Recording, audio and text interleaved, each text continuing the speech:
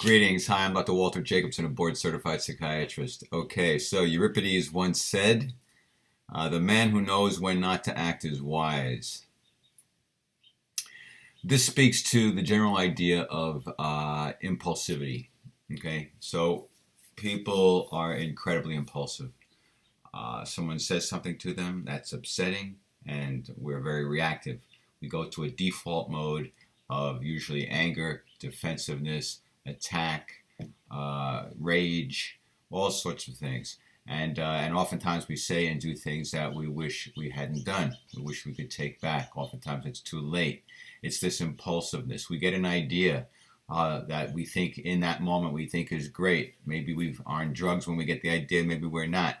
Either way, we get these incredible ideas, and then we act on them, and we discover later that maybe it was an overreaction, and maybe we should have thought about it first. A lot of times, people will say something that's hurtful or do something that's unloving, and we will slam them big time. We'll send them a text, or we'll unfriend them. We'll post on their page. We'll do all sorts of weird stuff.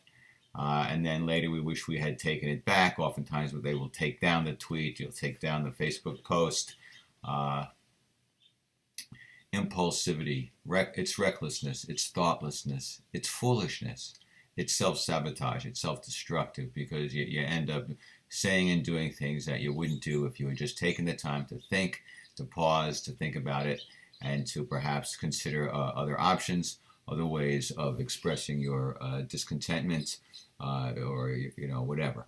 So the key is to not react, is to initially not react. Now, certainly, if you're in a moment where you don't have the luxury of stepping back, disengaging, thinking about it, or you have to react, then you have to hope that your common sense and your experience and your judgment and insight is all good, all intact, and so all will be well. But if there's nothing pressing and urgent, you should step back. In the 12-step program, they talk about waiting 3 days before making a significant decision. So if you have some kind of thought to send a letter to somebody and tell them off, wait 3 days, think about it, reread it, and then reconsider. Oftentimes we wait 3 days, we reconsider, we realize that's not what we want to do, that's not in our best interests, and we find another way to address it or to let it go.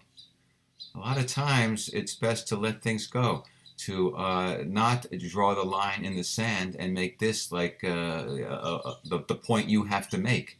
A lot of times it's like, don't sweat the small stuff, relax, let it go. Don't take it so seriously, don't take it so personal. Give people the benefit of the doubt, and try to let things roll off your back. Try to let things go and not give them any power over you, and not dwell on them, not develop a resentment. Just let it go, forget about it. It's not important. There are times when, yes, it is important. There are times when you need to draw that line in the sand, where you need to say, no, this is a battle that I need to fight. This is something I need to express. This matters to me. This is important. And then you say it. But in general, it is our impulsiveness is not our friend. And we see this, really so much on the internet. The social media has really taken this to an art form of the immediate response, the immediate rant, the immediate riff, the immediate put down, the immediate attack and assault of other people, the bullying of other people.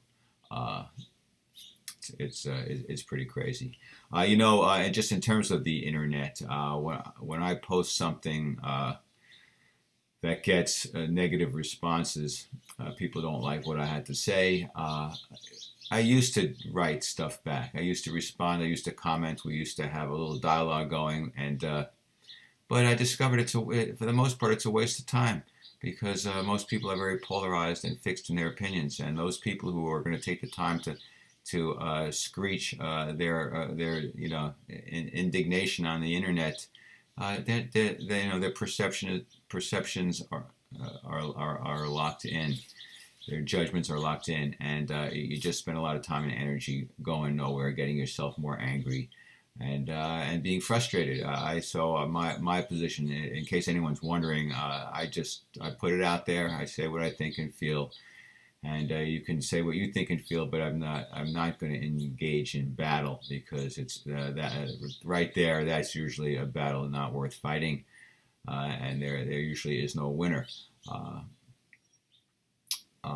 However, if you do have somebody who's sitting on the fence of an idea or a topic or a position, and they have an open mind and they are amenable to having an intelligent discussion and dialogue, then yes, then it is worth doing.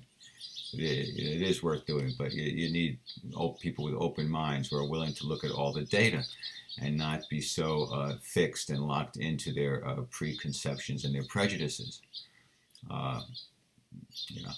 So yeah, I think that ought to do it for this topic right now. Take care. Peace be with you. See you next time.